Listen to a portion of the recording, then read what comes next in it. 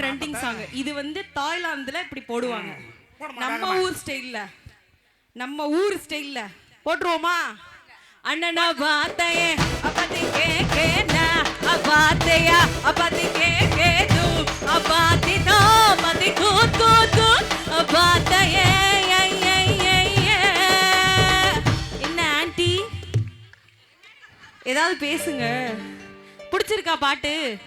பிடிச்சிருக்கு பாட்டு. ஓகே. என்னைய பிடிச்சிருக்கா? சந்தோஷம்.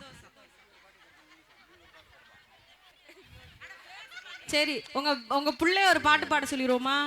பாட சொல்லுங்க. அவர் ஒரு ட்ரெண்டிங் சாங் எப்படி பாடுவாருன்னு மட்டும் பாடுங்க.